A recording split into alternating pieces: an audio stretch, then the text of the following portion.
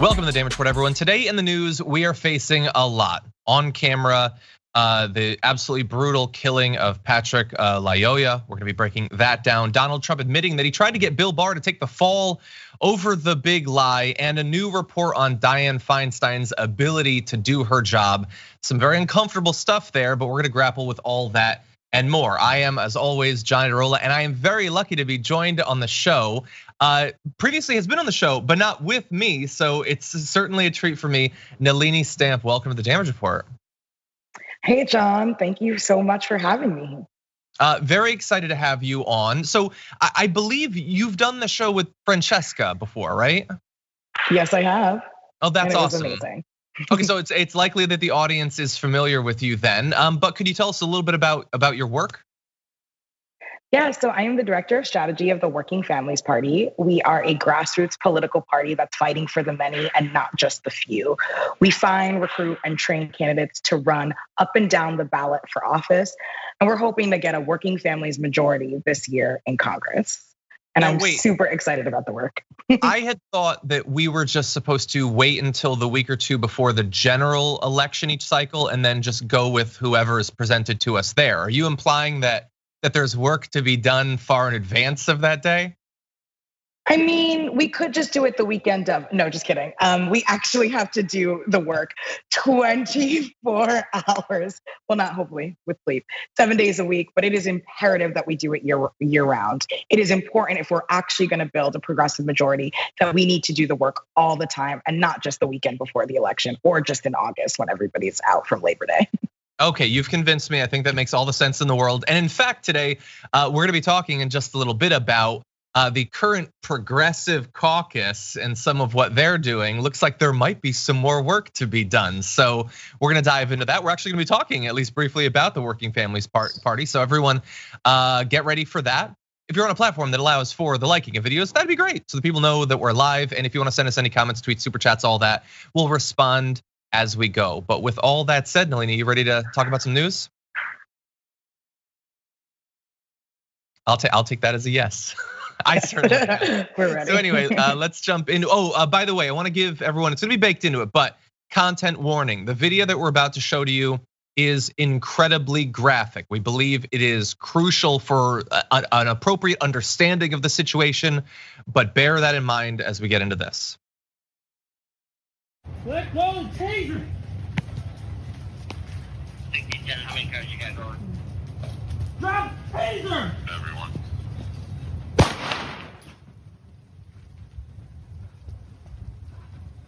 Get back!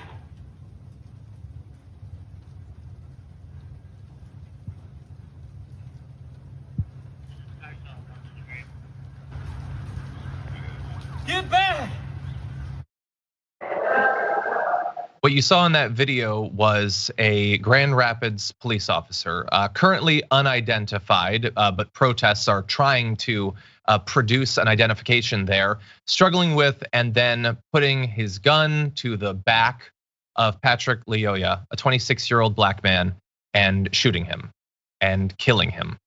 And that's the footage that we have thanks to someone who was recording on a cell phone. The police officer was wearing a body cam. The body cam functioned up until just before the shooting, and then for some reason stopped working. That's what we're being told. It malfunctioned at that point. Some of the rest of the incident, which we'll discuss, was captured on a dash cam, but that is just about as casual and brutal an outcome as we've seen in videos like this. Nelini, what are your thoughts?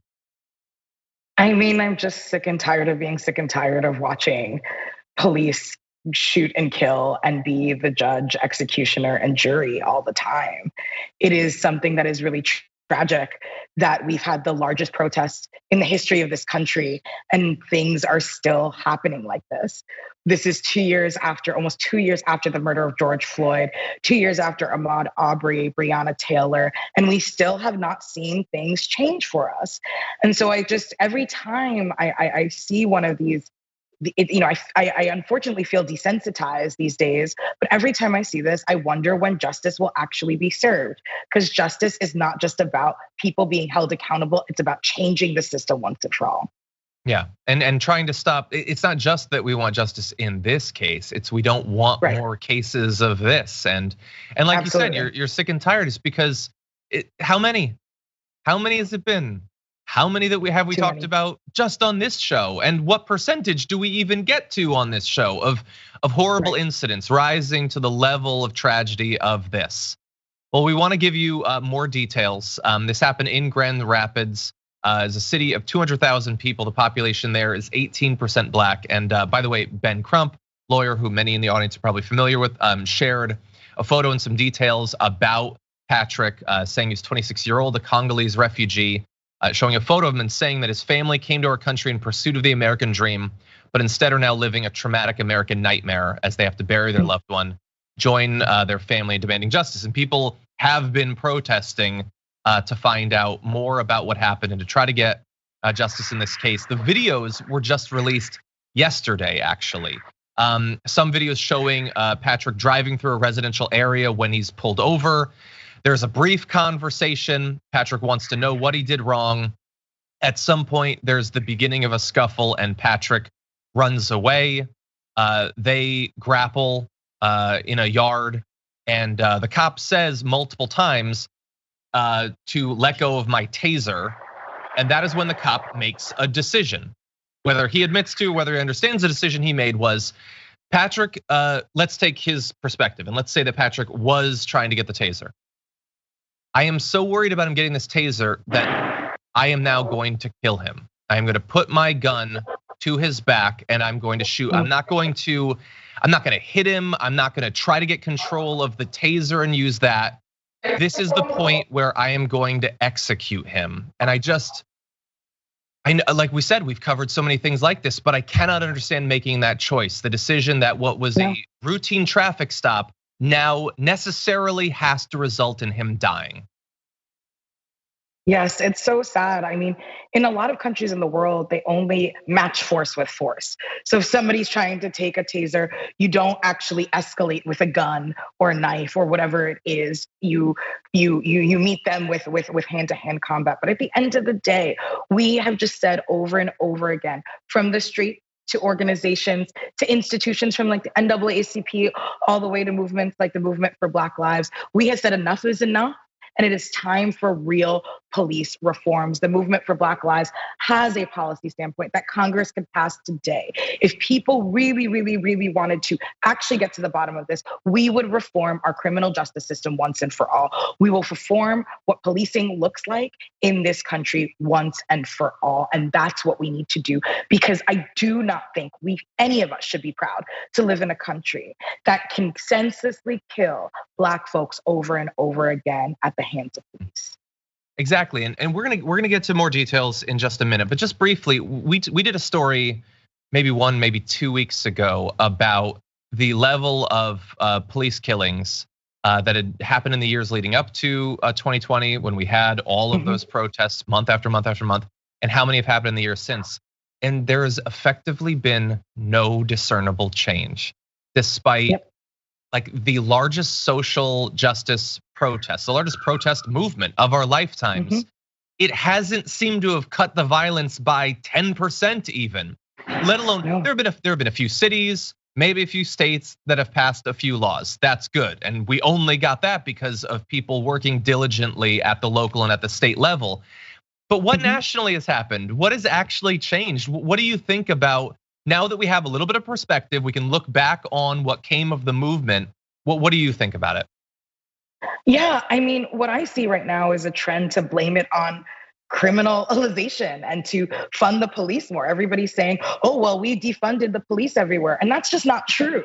Not many places actually defunded and redistributed wealth to things that we need, like education and workplace programs for our communities, or healthcare for our communities, mental health care for our communities. We have not seen any of that money redistributed. What we have seen is rhetoric from mayors like Eric Adams. What we have seen is rhetoric from the establishment of the Democratic Party, who has said, we're gonna go back to our tough on crime days, which the reality is we have still not answered the question of what is gonna take for our communities to feel safe. Our communities as a whole, not just a certain part of our communities, but everybody should feel safe. We should prioritize public safety, but that doesn't mean hiring more police officers on our streets. That's actually giving basic needs for our communities like education, food, work, and more things that our communities need. Exactly. Yeah. And I'm already like the fact that in the video he mentions that Patrick might have grabbed the taser. Like I'm already just knowing what conservatives will say. Conservatives who, by the way, will say if the feds ever come to my door, they better watch out. No, when it's a black man who's about to be murdered, if you do anything wrong, if you don't comply instantaneously, telepathically with everything being said, everything being designed, if you flinch, yeah. And by the way, even if you do all of those things, many people still die. The disgusting things that they must be saying about this. And I am forcibly not exposing myself to that. But a few more details. The chief of the Grand Rapids Police says that they don't have there's no other weapons that were on the scene. This isn't a case where they're saying that Patrick was about to pull his own gun or something like that. They were, if we believe everything that was presented in that video, they were scuffling over a weapon that the cops pretend ain't all that dangerous. So those are the stakes, by the way. And right now there's an investigation of the officer's actions. No charging decision has been made. And so I'm gonna give you a little bit of a spoiler alert about how this works based on my experience covering cases like this. Nothing would have happened if there hadn't been the protest. If the video hadn't come out, literally nothing would have happened. You never would have heard about this again after a day. Even with the protest, even with the video, chances are nothing's going to happen. There will be no charges. Maybe in this era we get charges, but you better hope that people stay invested in this, because if they don't ride out every step of the way, this guy is going to he's going to be just fine, despite turning a routine traffic stop into his decision to end a man's life. Any other thoughts, Nelini? It happens all the time. It happens all the time, and unfortunately, like I don't believe that justice can be served. I mean, for me, justice isn't about putting more people into the carceral state. For me, justice is preventing these things from ever happening. And that should be our country's main priority when it comes to criminal justice. We need to make sure that police cannot just senselessly kill people in our communities for defending themselves. I mean, think about the people, those two white folks in St. Louis that came out with their guns, that picture that will forever be like etched in, it lives in my brain rent free, unfortunately. But did the police kill them? Did the police do anything forcibly to them? No. This is exactly the different inequities of the world that we live in, and it needs to stop. Yeah. A white man standing with an assault rifle is inherently less threatening than a black man face down on the ground that you have the superior grappling position on. Right. Weird how that works time after time after time.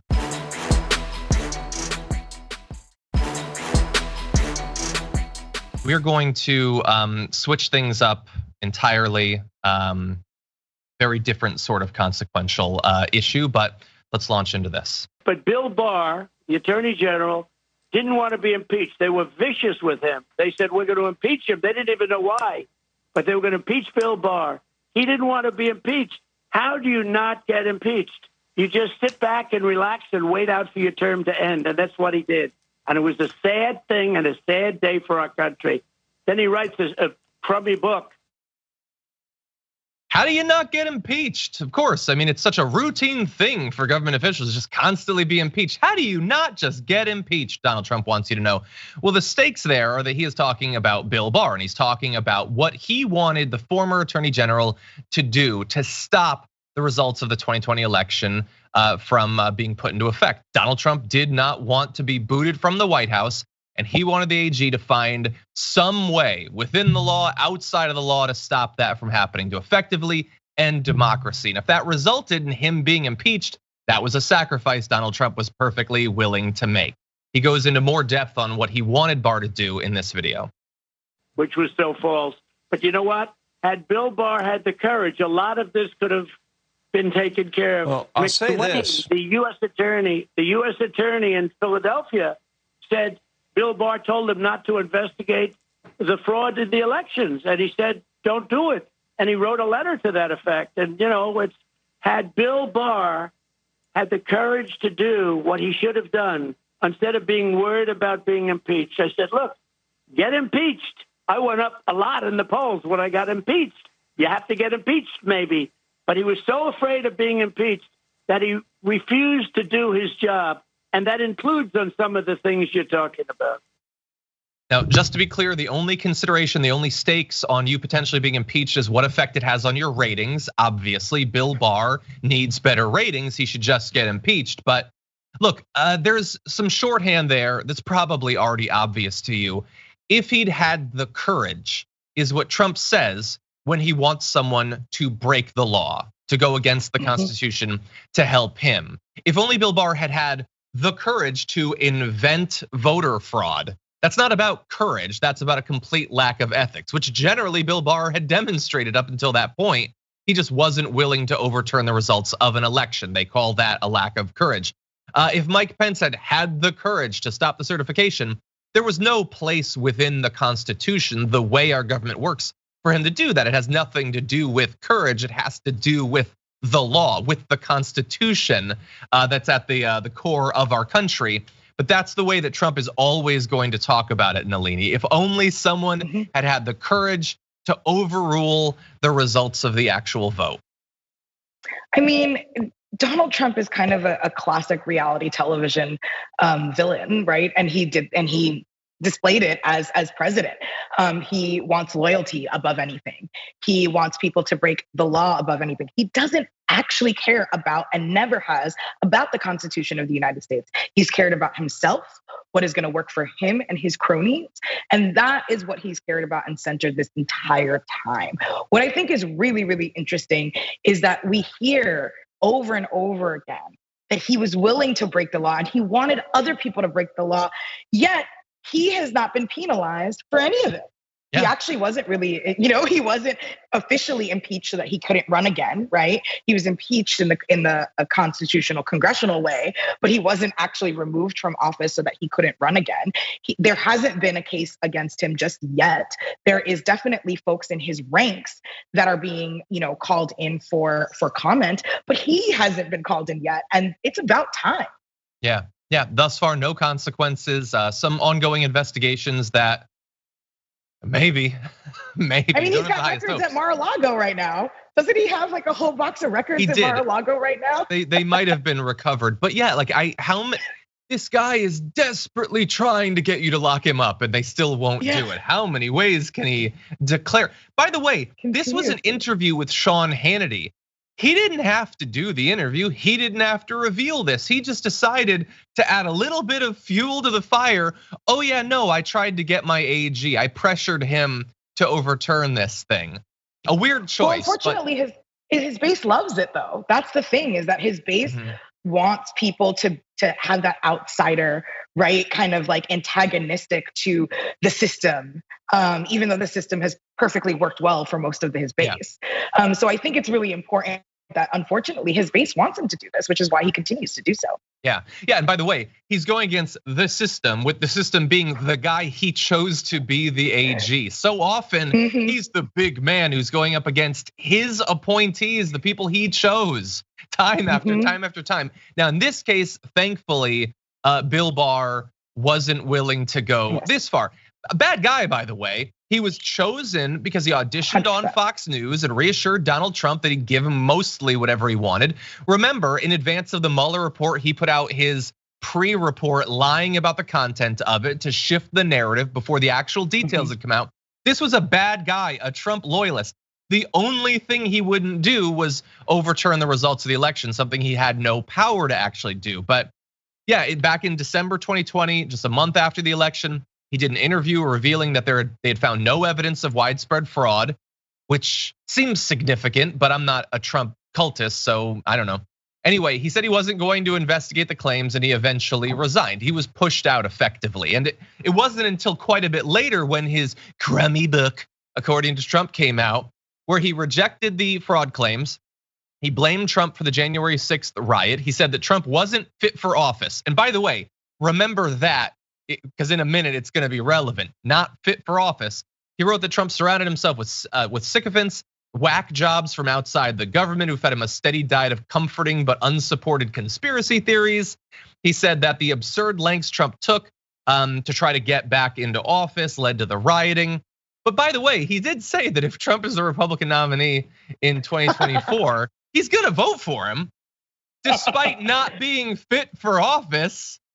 Like, if you're voting for them, that is kind of an admission that you think they're fit for office. I don't know. Maybe there's a multiple personality thing going on. Maybe we got a Moon Knight situation. I don't know, Nelini. What do you think? That is incredible. That is incredible for him to say, he did all these things wrong. He led to an insurrection that almost overthrew the government of the United States. But yeah, he's my homie, so I'll still vote for him in 2024. I mean, this is the lack of coherence that the upper echelons of the Republican Party have at this moment, right? It's like, no, we still believe in the law, but you know what? This guy who continuously breaks the law or wants people to break the law is totally fine leading the free world again, right? Exactly. And we see it time and time again. And so I just think that, I mean, at the end of the day, we need to make sure that more and more people see Trump and his cronies for who they are. They are people who actually do not believe in the Constitution, and they do not believe in what the promise of what America was supposed to be. Exactly, and those cronies are, in many cases, the new up-and-coming class of them are far more willing to give Trump what he wants than someone like Bill Barr. Let me give you an example, actually. So Trump not only has been attacking Barr, so Barr is also, by the way, going to vote for him after he's been trashed by Trump in the media. Trump called his book crummy. Anyway, Trump also issued an anti-endorsement in the Pennsylvania gubernatorial race for candidate Bill McSwain, former US attorney in Philadelphia that Trump brought up in the Hannity interview. McSwain last year asked Trump to endorse him. And McSwain said, no, man, it was Barr that stopped me from looking into voter fraud. Well, despite that, Trump put out a statement saying, do not vote for Bill McSwain, a coward who let our country down. He knew what was happening and let it go. It was there for the taking, and he failed so badly. By the way, if you describe your attempt to overturn the results of an election as it was there for the taking, you're saying the quiet part out loud. But anyway, despite the fact that he's anti-endorsing McSwain, all of the candidates in that race on the Republican side are big lie people. They all believe that the election was fraudulent. The two leaders were actually part of his fake Trump elector scheme. So no matter who you get there, they would have overturned the results of this election. So that's fun, Nelini. It is. I mean, first of all, I have to say that your Donald Trump impression is amazing. That was actually really good reading. But yeah, I mean, here's what we have. We have people who are willing to fall in line. I think a bunch of folks who I see it as high school sometimes, except they're playing with our lives, where you have a bunch of people who follow the bully.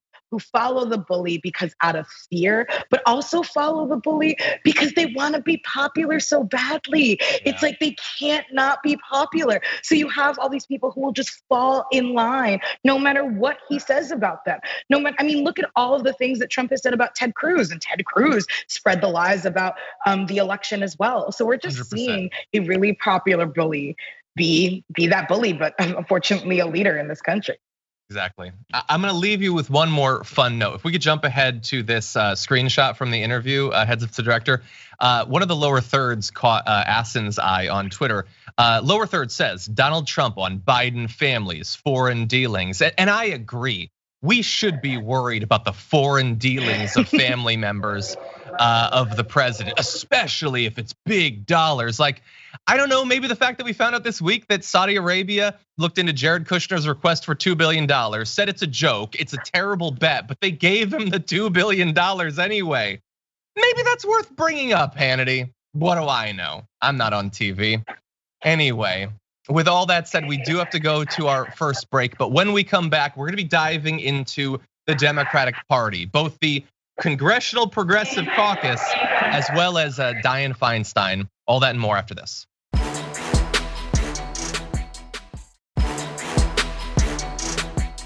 Got out of the longest war in America's history, right? They pouring money, extra money into the defense budget that hasn't even been asked for. But yet we gotta beg these people for the president to do something that he has the ultimate authority to do, which is to cancel the damn student debt. Do that right away and stop making all these excuses. That is, of course, Nina Turner appearing a little bit ago on this program, giving a full-throated defense of Joe Biden actually making good on his campaign promises. And I like to call what you just saw there, and the candidate Nina Turner, who's running in Ohio's 11th congressional district primary, a progressive. But what do I know? Because I'm not part of the Congressional Progressive Caucus, and apparently they have different ideas. Because just this week they released this, a little press release about some of their new endorsements.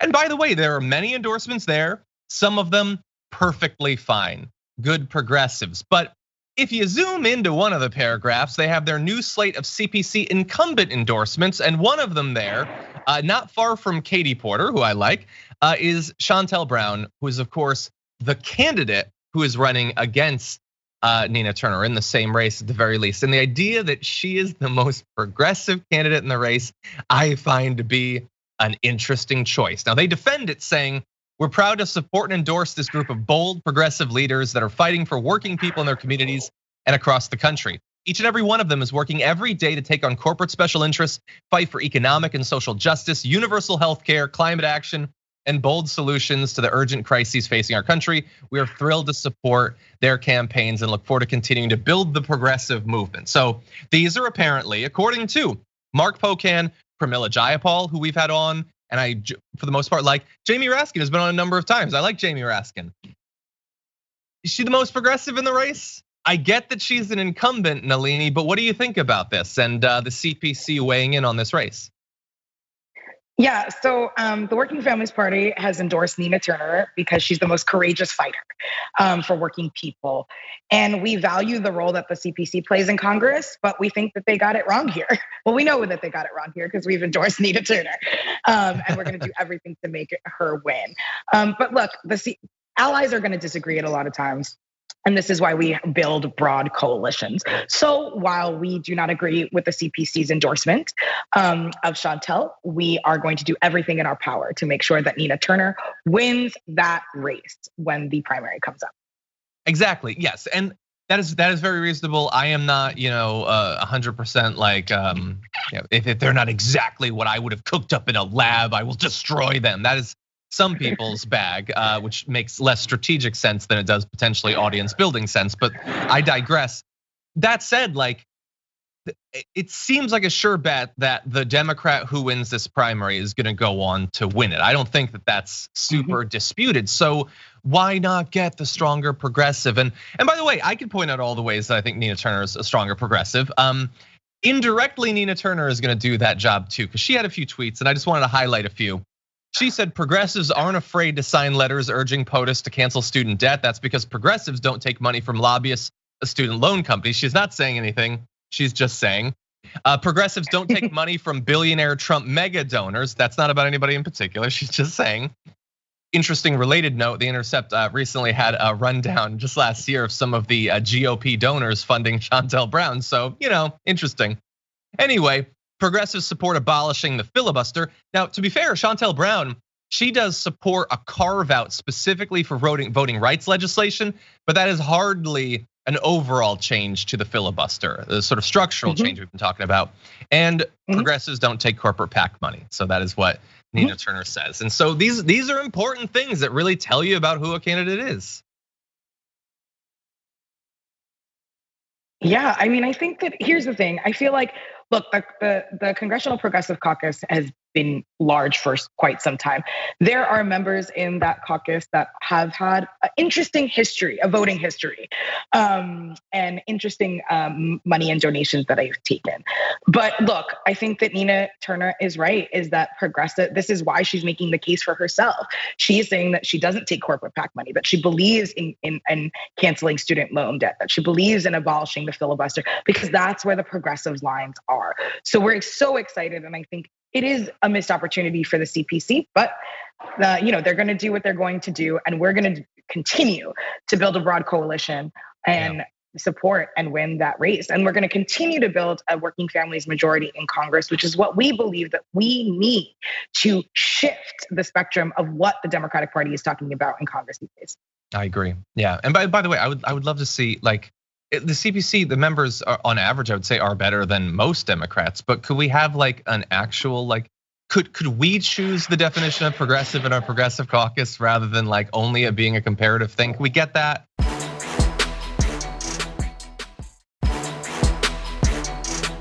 The 2024 presidential primary is going to be different than it has been for quite some time. It was announced recently. It is pretty spicy. This could have a big effect. The early primaries are going to be different. So previously you'd had states like Iowa, New Hampshire, a few others that did really early primaries every single time. Well, now the DNC's Rules and Bylaws Committee has voted to allow states to apply to hold an early primary and set dates for them to do so. They will still be choosing through a multi-stage process. And so how this shakes out could be fascinating, but already some states are getting angry about this. Maggie Hassan says New Hampshire has held the first in the nation primary for over 100 years, and that's not going to change. We've defended our primary before, and we will do it again. And so then I say, no, but you're bragging that you've had first for 100 years. Could you share? I feel like you're making the case against your point, Maggie. That's long enough. Nelini, what do you think? I mean, look, things need to change, especially at the disastrous early stage primaries in the 2020 primary election. I feel like I was at the last Iowa caucus ever, maybe. We'll see. It was a rough one. It was a rough one, but here's the thing. I think that what we haven't talked about a lot is, and I think people have talked about it, is the diversity. It has angered a lot of people that majority white states go first. When our country is more diverse than ever. It also isn't populous states that represent a majority population. Like, what if California went first? Oh my God. Then maybe Georgia? Yep. Like, what would happen if California went first that has a big chunk of the population of the United States and a diverse population of the United States, both socioeconomically and racially? So I think that, I think this is a great opportunity for states to put themselves forward, but it's a great opportunity also to have us not just say that the Democratic Party starts off and you build momentum with the majority white states choosing who gets the momentum. Exactly. Yeah. And this is good, but it's really going to come down to which ones they choose. And by the way, they are definitely going to be like weighing the political implications. Like, and by the way, not just in which states, but also which states get primaries, which get caucuses. Right. They seem to be poo-pooing the caucuses a little bit. Well, we can think about which sorts of candidates tend to do well in those. So this is something that we are definitely going to be watching as we go forward. Absolutely. Okay. Now, with that, we have to turn to admittedly kind of uncomfortable territory, starting with this video. On November 7, President Trump tweeted, and I quote, "I won this election by a lot," end quote. Obviously, that's not true. Do you believe that label goes far enough to prevent the tweet's harms when the tweet is still visible and not accurate?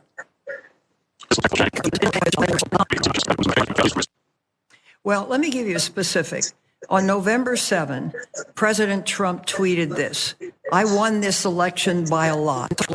Does that label do enough to prevent the tweet's harms when the tweet is still visible and is not accurate?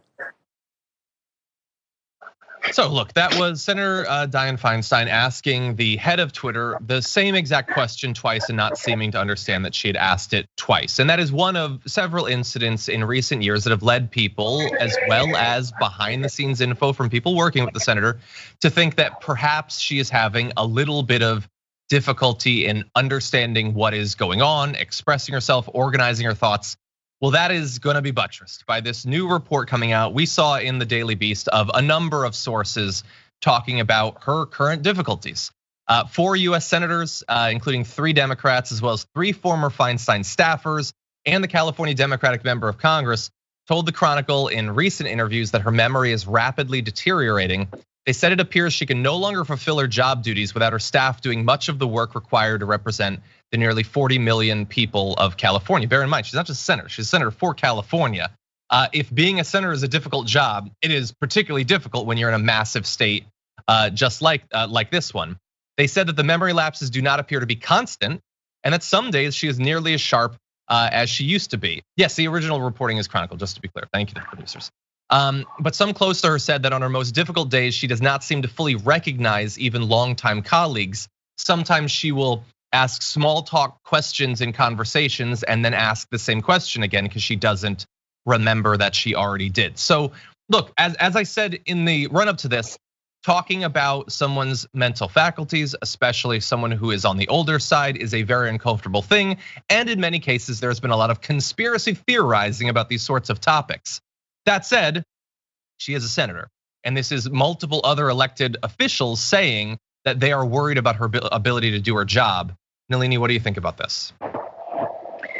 Well, yes, I think it's hard to comment on somebody's mental health state or state. But I do think that I don't need that to know that it's time for Dianne Feinstein to go because she doesn't actually represent progressive values.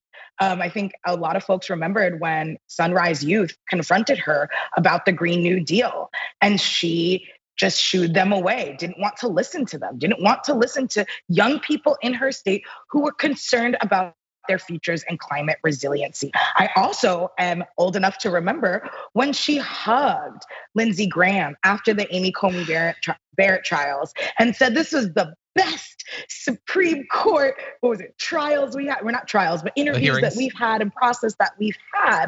And given what Judge Ketanji Brown just went through, to me, she just doesn't represent the values of Californians. The Californians are really, really progressive. And so that's why, for me, it's time for her to go, not necessarily commenting on her mental or health state.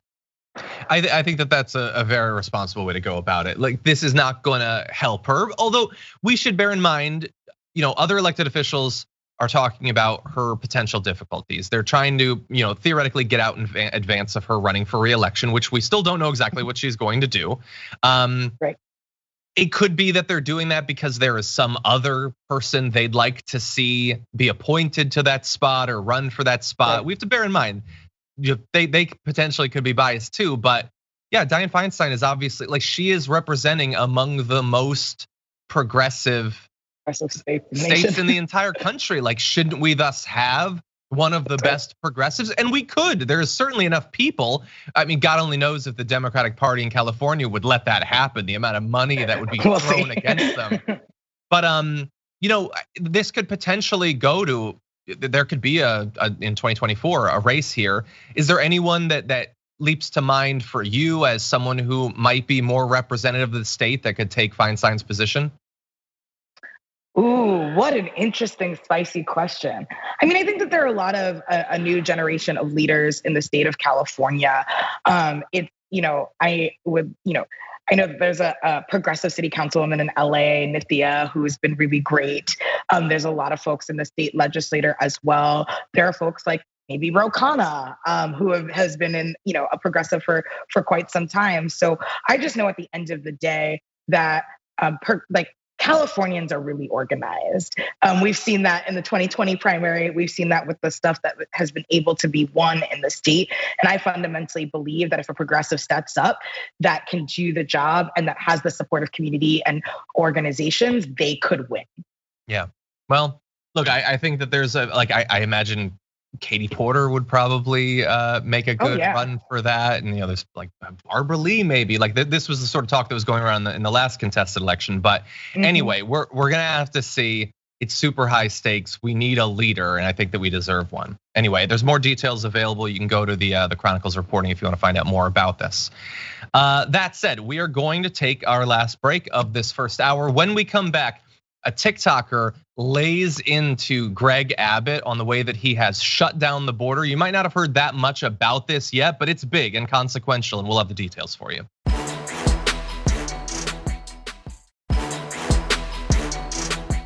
I am telling you right now, Republicans are intentionally working to drive up inflation and intentionally working to cripple our supply chain. Why? Because they want to drive up inflation. They think it's going to help them in the midterms. They want to cripple supply chains because they think it will help them in the terms. They're doing it on purpose to hurt you, your family, your wallet.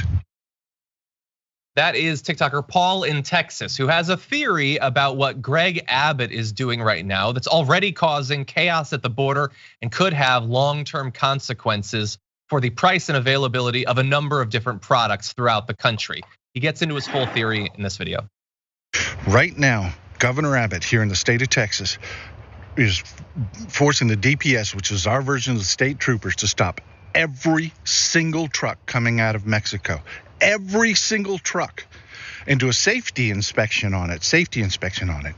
What they're doing is they're backing up shipping for dozens and dozens and dozens of miles. Normally, a Mexican driver will bring a truck over across the border.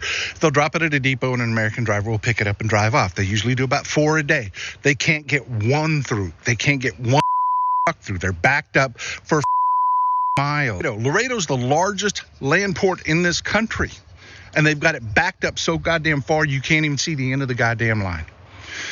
These are the sorriest in the world. Republicans are traitors. They don't give a who they hurt, who they just so long as they can get some power. I'm telling you, people, vote blue in every election. Okay, so you can see Paul in Texas on TikTok. Yeah, he has a lot more details about that, including updates. But he is trying to raise awareness about what's happening because it's made sort of limited national news, but it's true. Since last week, commercial vehicles entering Texas have faced not only the usual federal immigration and customs inspections, but new checkpoints set up by Texas police on the roadway immediately after a measure Mr. Abbott said he was ordering in response to the flow of illegal drugs and human trafficking across the border. Delays now stretch up to 14 hours, and some drivers have been diverted to Arizona and New Mexico. They are driving states away rather than wait for this new, suspiciously just a few months out from the election change that Abbott has made. They love to talk about how inflation is really bad and products are getting too expensive and they're not available. You go on the store shelves and the products aren't there. But look at what effect they're actually directly having on that, Nelini. I think it's fascinating. Yeah, I mean, here's the thing. What Republicans do when they're in charge and they want to seem that they will save the day, they change the rules. They literally rig and change the rules. And what we are seeing here is across the country, Republicans are using inflation and Americans' fear of gas prices rising to just say this is the Democrats' problem, when it's really price gouging and folks actually setting up these conditions that are the problem right now. And I think that it's really, really insidious that someone who has not protected his constituencies when the big storms happened last year and people were out of power, out of food, out of resources, to actually have the nerve to say, you know what, inflation's going up, and it's the Democrats' problem when he's the one who's in charge. Yeah. He's the one that's in charge of this state. And he's just doing this because he knows Texans are actually upset. And that Paul guy on that video, I need to recruit him to run for office. He's amazing. Yeah, no, he's doing a good job there and raising awareness about this. Want to give you a little bit more details. The standoff has stoked warnings by trade groups and experts that US grocery shoppers could soon notice shortages on shelves and higher prices. Guarantee if that happens, Fox and Friends is gonna cover it. You think they're gonna mention what's going on in Texas? I doubt it. Mr. Abbott said that the safety checks were needed to increase oversight, even if state police were not legally authorized to search for migrants or drugs at the checkpoints. So it's not just strategically seems to be designed to hurt as many people as possible. Also, he seems to be admitting that they might not be legally allowed to do what they're doing, but they will proceed regardless. And by the way, in the city of Far, which is a major international bridge, $12 million in produce is shipped every day to the US. It's been shut down. Now, scores of drivers have set up a blockade of their own in protest over the new inspections. And a similar protest has happened in El Paso. And so here's my question to Fox and Friends and Fox. Hey, trucker protest. They're trying to raise awareness about something that's made it impossible for them to do their jobs. Now, I understand it's not about mandates or vaccines or whatever, but Abbott is making it so that they can't do their job. Stuff could be rotting in those trucks. They're making far less deliveries than they were. When are you gonna send your reporters? When are you gonna profile some of these truckers? Or are they not the right sort of truckers for your interests? Any final thoughts, Nelini? I mean, this is what happens. We have people who are actually standing up, taking a stand for some injustice that they see that's happening to their lives, and nobody wants to report on it, or people don't want to report on it from the Republican side because they know it won't help their narrative of that. We're just against the Democrats, and that's it. Yeah.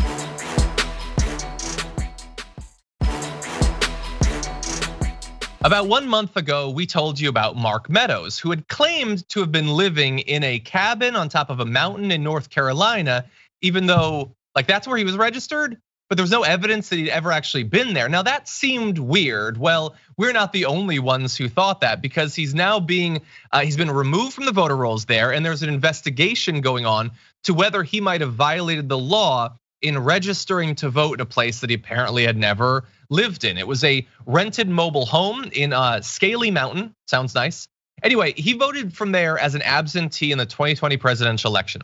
He has subsequently registered to vote in Virginia. According to neighbors up on Scaly Mountain and the former owner of the property, Deborah Meadows rented and stayed at the mobile home for a few nights, but her husband was never seen there. And you can see he's shipping out. So now you can actually see the listing here if you'd like to live in a place that Mark Meadows claimed to have lived but never actually did. I don't know, maybe that's your thing. Anyway, he is being investigated for the possibility of having committed voter fraud, which is just an amazing, ironic twist on this. After all of the claims of voter fraud, all of the fake investigations and the cyber ninjas and all of that, when the actual voter fraud comes out, every single time it seems to be Republicans. And I don't want you to freak out about this, because the cases are so rare that it doesn't really matter that they did this. I mean, it's illegal, but it didn't flip an election or anything. But it's such petty, ironic, such a petty, ironic twist to this story, Nelini. It's one of the most pettiest things I've seen in my entire life, because it's always just one or two or three of them. So it's not even enough to overturn a complete election, but it shows to you that they have no actual values, that they have no commitment to what they are actually saying out there. They're doing it because people are concerned about these things. People are concerned about voter fraud because they've been told lies time and time and again. And instead of us all championing for something like the For the People Act that would actually bring more democracy to our elections, we're arguing about voter fraud that is actually being done by the former White House chief of staff. It's kind of insane. Yeah, and an increasing number of some of their biggest supporters. So we know the Villages, this retirement community in Florida. Trump did a whole bunch of his little parades there. Two more people have now been shown to have committed voter fraud there. Charles Barnes, Jay Ketzik. So 164, 163, they've admitted to casting more than one vote during the 2020 election. This is a form of voter fraud, you'll be shocked to find out. A third-degree felony that carries a prison term of up to 5 years, to which I say, don't put them in jail for 5 years. It didn't sway an election, it didn't matter. Now, to be fair, Barnes has not declared his party affiliation, but Ketzik was a registered Republican during the 2020 election, and it's the Villages, so it's not. I don't think going too far to speculate that they both might have been Trump voters. And look, take it seriously, give them a warning or whatever. But it wasn't thousands of votes. Let's bear in mind that when the voter fraud, again, when it comes up, it tends to be Republicans, but nobody should be going to jail for 5 years because of this. No, I mean, nobody should be going to jail. I don't think any amount of time for this. Maybe they need to do some political education classes, like maybe some civics classes. I would like to see that. Like here, Civics 101, how the government actually works. That could be a form of, actually teaching a teachable moment there. But nobody should be going into jail for such a small petty crime. And at the end of the day, yes, it's always Republicans, and it's not, Shadow Acorn that is registering massive amounts of voters off the rolls and dead people. It is actually people who exist, who are committing voter fraud in very small ways, and they should actually get civics lessons. That's my opinion. I think that's a great Give them all civics lessons. Well, I have got a great development for you, Nelini. At least in this case, that is one of the things they're gonna have to do. Barnes and Ketzik have to complete 50 hours of community service. They have to attend a 12-week adult civics class called We the People, the Citizen, the Constitution, and they need to get a C- at least. I would like to see Trump actually take that too. We're gonna work on that. Oh my God. Anyway, that is unfortunately all the time we have in our first hour. There's a lot more coming up though, so don't go anywhere. Nelini and I'll be back in just a few. Dog Barker's been here for 18 months, named the Mycelium Dragon. Thank you. That says, thanks for everything you do, John, Anna, Cenk, JR, et al. Let's keep fighting fascism because it ain't going away on its own. No, like the Russian push into the west of Ukraine, it is at the very best just regrouping at this point, and we need to stay vigilant against that. Let's see. Trish Dragon says in reference to our first story, it happened April 4th, and it's now just being talked about. Well, as a result of the protests and the video, really. So thank God for that.